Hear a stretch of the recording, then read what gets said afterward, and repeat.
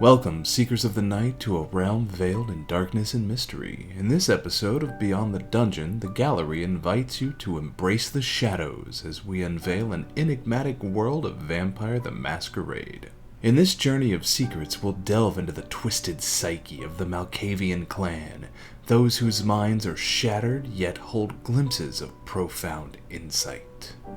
Together, we shall create a Malkavian character, a figure tormented by the whispers of madness and blessed with cryptic visions. This being, hidden in the shadows, shall guide us through the intricacies of their existence.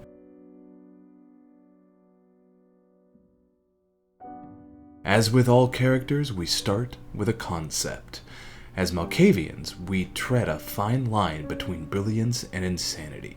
We emerge from the depth of a fractured mind, poised to navigate a world teetering on the edge of chaos. Our concept for this character is an investigator. Their pre-embrace life was spent working to expose corrupt officials and advocating for LGBTQ+ rights. Now that we understand our concept for our Malkavian, we focus on attributes and skills. The pieces of the puzzle start to form. We allocate points, molding our character's strengths and vulnerabilities. The duality of madness and insight intertwines, creating an unpredictable entity. For attributes, we get points to spend. We get 1 attribute at 4, 3 attributes at 3, 4 at 2, and 1 at 1. Let's set those real quick. And 3, 2, 1. Now we'll set our health and our willpower. Health is stamina plus 3. Willpower is composure plus resolve. 3, 2, 1.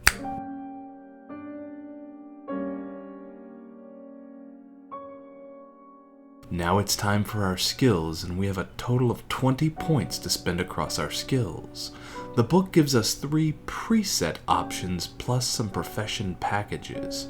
We're going to walk through those. We're going to go with the balanced skill distribution, seen here, and we're going to go with the investigator package. And we're going to put those in 3, 2, 1.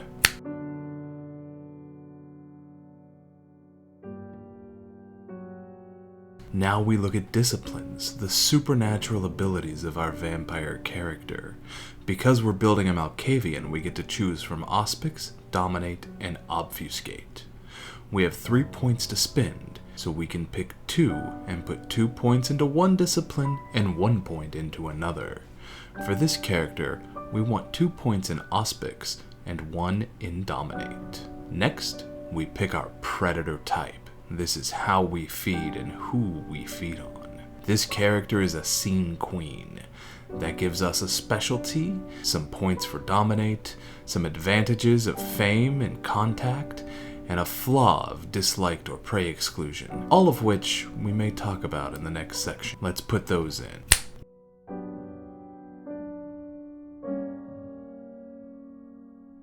Now, we have 7 points to spend on advantages and 2 points to spend on flaws. This is in addition to our predator type. This character is going to be a 12th Djinn. This gives us an additional 15 experience to spend, and we're going to put that into our discipline. And there, we have our vampire, ready to sit down at a table and throw some dice. In the next section, we'll cover some rules and mechanics of playing Vampire the Masquerade.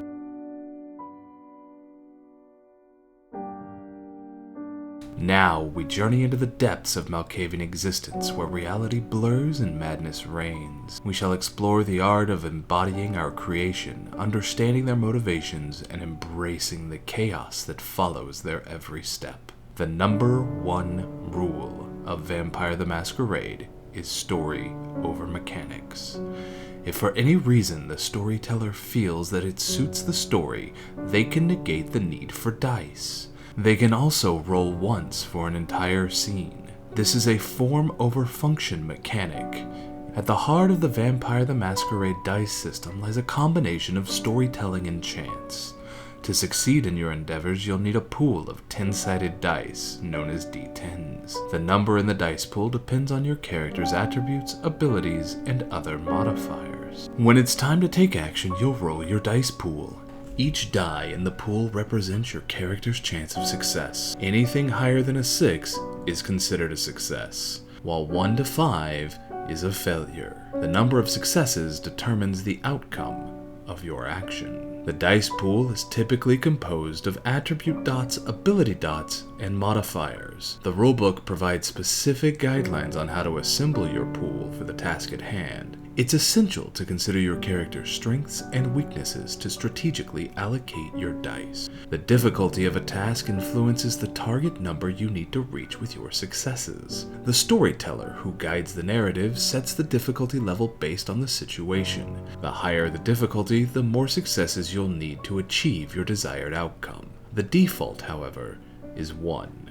In Vampire the Masquerade, critical successes add a thrilling element to the dice system. Rolling multiple 10s on your dice pool is a critical success, granting exceptional results. During character creation, we touched on specialties just briefly, and here is where they come into play. A specialty represents expertise in a specific aspect of a skill. It signifies deeper study, special aptitude, or exceptional practice. In most cases, you may have as many specialties as you have dots in a skill. When attempting a task that falls under your specialty, you gain an extra die to your pool. Moving on to blood, the life force of vampires. They must feed to sustain themselves. As a vampire, you can drink blood from various sources, but only draining a human to death can reduce your hunger to 0. Blood can then be used to empower actions through blood surging, which adds dice to a single roll. Additionally, vampires can use blood to heal damage, with superficial requiring a rouse check per turn to mend, and aggravated taking longer to heal. So there we are, the basics of playing Vampire the Masquerade.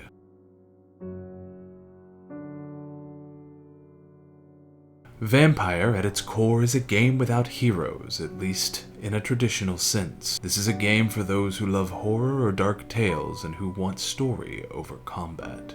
While the combat is fun, it is not the focus. In most pre-built modules, which are called City by Night, there is a large portion of political intrigue and a healthy mix of combat. Over the years, the system has become way more simple to pick up, and I personally like that there is no longer a strict critical failure or botch. You are a creature of the night working toward whatever goals you have in mind. If you enjoyed this video or found it useful, please hit that like button. There are affiliate links to DriveThru RPG for the core book and other World of Darkness books down below. For more how-to videos on systems that are beyond the dungeon, i.e. not Dungeons & Dragons, hit that subscribe button.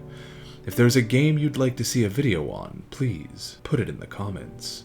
We publish D&D 5e actual play and Mistborn actual play content on the regular. As always, keep your wits sharp and your daggers sharper.